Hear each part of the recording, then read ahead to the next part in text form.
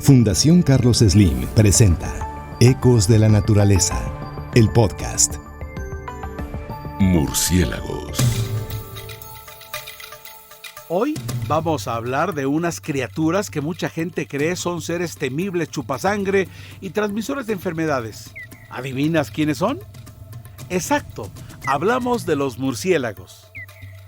Platicamos con Rodrigo Medellín, un renombrado científico mexicano que nos dijo lo fascinantes que son estos seres y nos ayudó a comprender su valiosa intervención en el equilibrio de los ecosistemas y el bienestar de las personas. Para empezar, Rodrigo nos describió cómo es un murciélago visto a través de sus ojos curiosos en sus inicios científicos.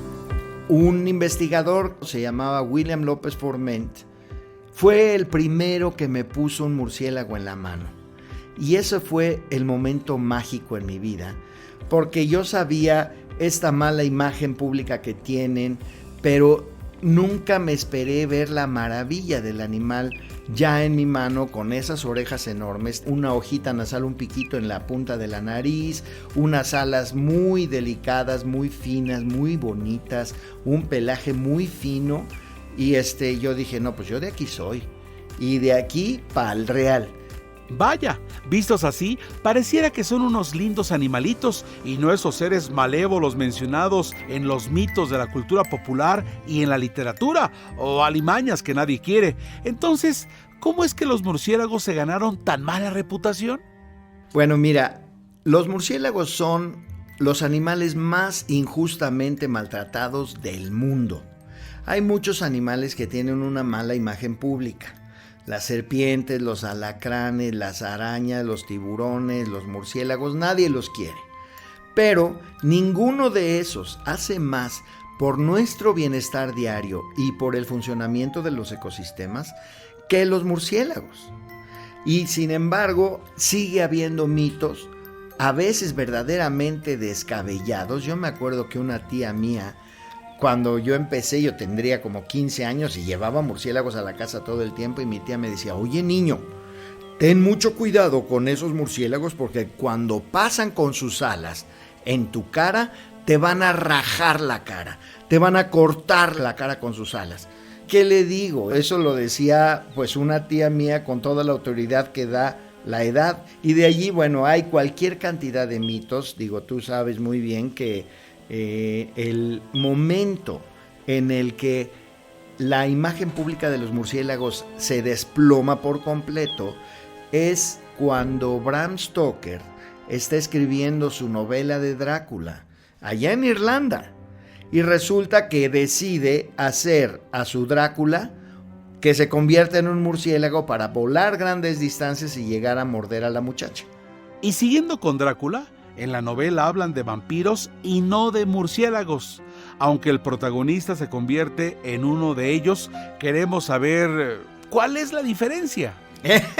Buena pregunta. El vocablo vampir viene del serbio, de Europa Central, y se refiere a seres humanos muertos que reviven en la noche y que salen a buscar gente joven para chuparles la sangre. El vocablo vampir en el continente americano no existía ese vocablo. Fue gracias a nuestro querido Bram Stoker que se vinculó con la figura de un murciélago. Entonces hoy tenemos, de las más de 1,400 especies de murciélagos que existen, hay tres solamente que comen sangre y que viven en el continente americano. Las 3 están en México y de México está Argentina. Y entonces, por extensión y por facilidad, a esos murciélagos que comen sangre les decimos murciélagos vampiros. Pero es un grupo muy particular de 3 especies de más de 1,400. Con tan poquitas especies que son hematófagas o comedoras de sangre, nos surgió la duda de cómo son la mayoría de las especies que integran a este grupo. Los murciélagos son un grupo de mamíferos verdaderamente fascinantes. Son los mamíferos más diversos en términos ecológicos, en términos morfológicos y en términos de historia natural. Los murciélagos han podido desarrollar el vuelo, son los únicos mamíferos con un vuelo verdadero. Y esto se remonta a más o menos hace 55, 58 millones de años, cuando finalmente los murciélagos lograron conquistar el aire y volverse los alados nocturnos que hoy vemos y que en toda la ciudad y en todo el país y prácticamente en todo el mundo están presentes. Hay murciélagos en todos los continentes. El único lugar donde no vas a encontrar murciélagos son los casquetes polares de la Antártida y del Ártico. México, como tantas otras cosas, tiene la fortuna de tener más de 140 especies, es decir, más del 10% de las especies de murciélagos en el mundo viven en México. Ya que los murciélagos viven en todos lados, seguramente los has visto cerca de tu casa, o en algún parque, o entre el follaje de los árboles cuevas, o incluso en los edificios de las ciudades. Entonces, ¿por qué nos debería importar que siga habiendo murciélagos si están por todos lados? Te voy a contar 3 beneficios que recibimos cada día de nuestras vidas, gracias a los murciélagos.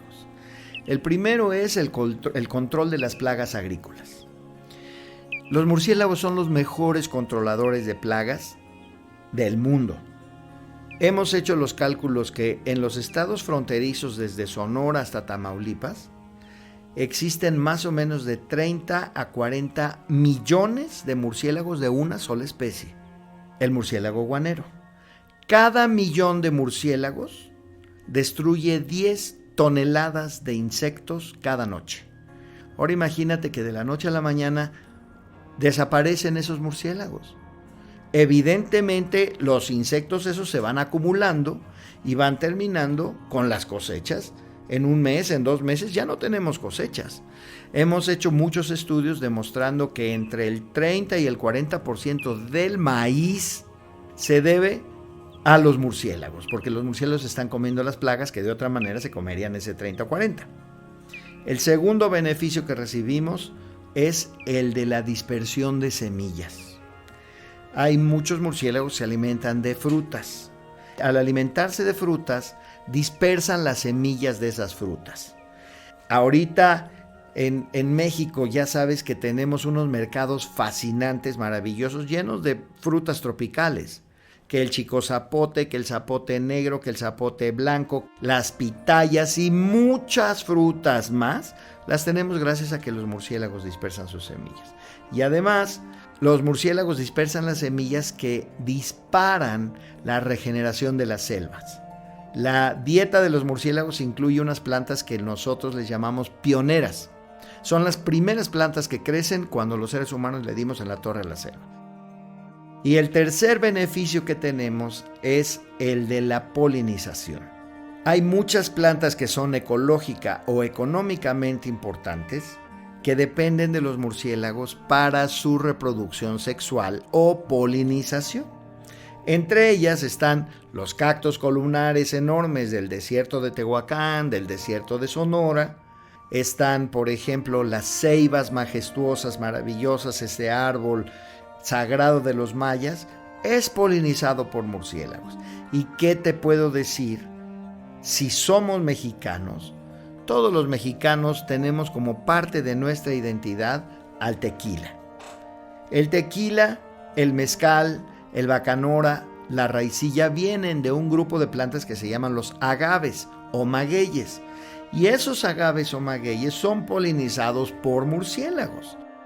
¡Wow! Sin murciélagos los humanos la pasaríamos muy mal, llenos de plagas de insectos, sin frutas ni granos para alimentarse como el maíz, que es básico en la dieta de los mexicanos. Ni imaginar qué pasaría si nos quedamos sin agaves para producir mezcal o tequila. A pesar de todos estos beneficios, la idea que prevalece es que los murciélagos afectan la salud de las personas. ¿Será cierto? Rodrigo nos contó varios casos en los que los murciélagos se han relacionado con enfermedades de los humanos. Yo creo que nunca en mi vida he trabajado más que en los últimos 4 años defendiendo a los murciélagos de las acusaciones injustas de que ellos nos dieron el COVID. Los murciélagos, además de que no nos dieron el COVID, son animales muy sanos. Es muy difícil encontrar un murciélago enfermo, evidentemente, visiblemente enfermo. Eso se debe a que el sistema inmune de los murciélagos es extremadamente robusto, es muy fuerte. Esto quiere decir que los murciélagos pueden ser la clave. Si los estudiamos correctamente, encontramos la clave de por qué tienen ese sistema inmune tan fuerte y lo transferimos a los humanos. Van a ser la fuente de nuestra salud, no de nuestras enfermedades. Es cierto que como cualquier otro mamífero, ave, reptil, etc., podríamos estar en riesgo de adquirir alguna enfermedad, pero es muy bajo el riesgo. Por ejemplo, la rabia. Cuando la gente ve un murciélago, inmediatamente piensa en rabia. Bueno, quiero decirte que los casos de rabia en humanos son una proporción infinitesimal. El 99% de los casos de rabia en humanos hoy se debe a perros y gatos no vacunados.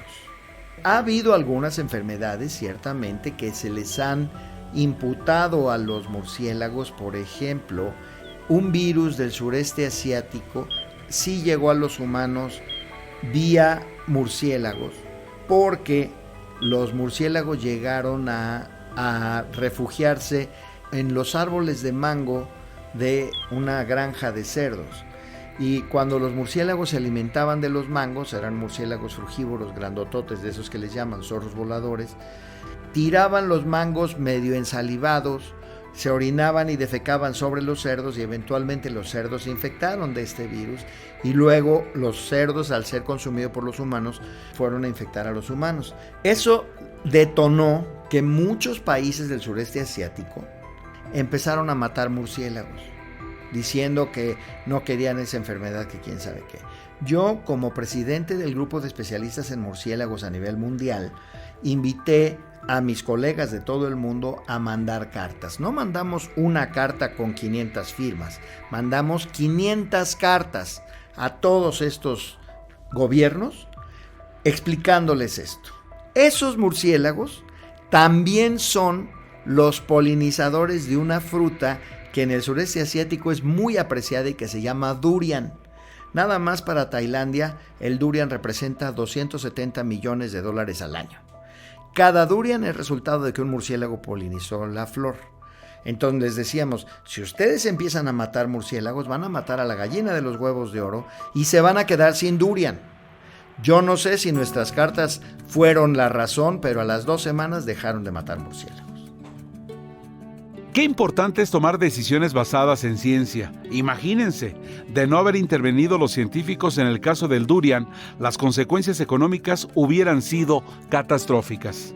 Además, el daño ecológico por la desaparición de los murciélagos hubiera sido tremendo, con consecuencias aún peores que solo perder una variedad de fruta.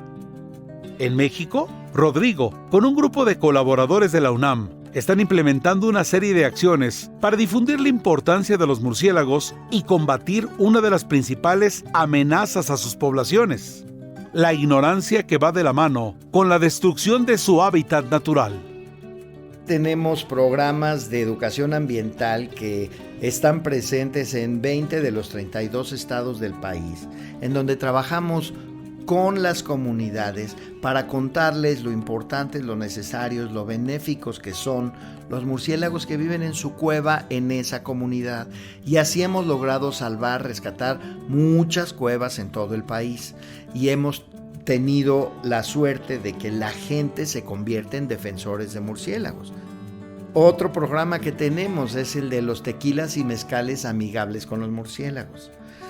Los tequilas hoy, todavía la mayoría de los tequilas, cosechan los agaves antes de que suelten el quiote o flor, porque es cuando el agave tiene la máxima cantidad, el máximo contenido de azúcares, y por lo tanto va a producir la mayor cantidad de alcohol. Pero cuando van a replantar sus campos, utilizan los hijuelos de los agaves que crecen en la base de la planta madre, que son clones de la planta madre, que son copias genéticas exactas de la planta madre. Y habiendo hecho esta práctica por 150 años, Hoy han perdido los agaves tequileros más del 99% de la diversidad genética. Es una receta para el desastre. Entonces, en 2015 nos reunimos con algunos productores escrupulosos, conocedores de varias generaciones de productores de tequila, y les conté esta historia. Y nos empezaron a decir, pues es que nuestros abuelos y bisabuelos y tatarabuelos decían eso, pero nosotros no lo hacemos. Le digo, pues vamos a hacerlo. Y entonces la UNAM y una organización que se llama el Tequila Interchange Project, les damos un distintivo a estos tequilas que permiten que el 5%, nada más el 5% de los agaves florezcan, y con eso les damos un holograma que va en la botella y que le dice al consumidor, este es un tequila amigable con los murciélagos o bat friendly. Y entonces ya es el consumidor el que decide que si va a comprar un tequila amigable con los murciélagos o uno que no es amigable con los murciélagos. Digo, está fácil la solución, ¿no? Y ahí lo tienen. Espero que hayan disfrutado de este episodio sobre los murciélagos tanto como yo. Hemos desmitificado algunas ideas y descubierto la fascinante verdad sobre estos increíbles mamíferos voladores. La dependencia que tenemos de ellos para alimentarnos, mantenernos libres de plagas y recibir beneficios económicos muestra nuestra vulnerabilidad y la gran responsabilidad que tenemos para proteger a sus poblaciones. Así que, la próxima vez que veas un murciélago, recuerda, no son los monstruos chupasangre de la literatura y las películas. Sigamos celebrando su presencia en la cultura popular, pero también reconozcamos su verdadero valor ecológico. Te invitamos a pasar la voz entre tus amigos para que escuchen Ecos de la Naturaleza, el podcast. Fundación Carlos Slim presentó Ecos de la Naturaleza, el podcast.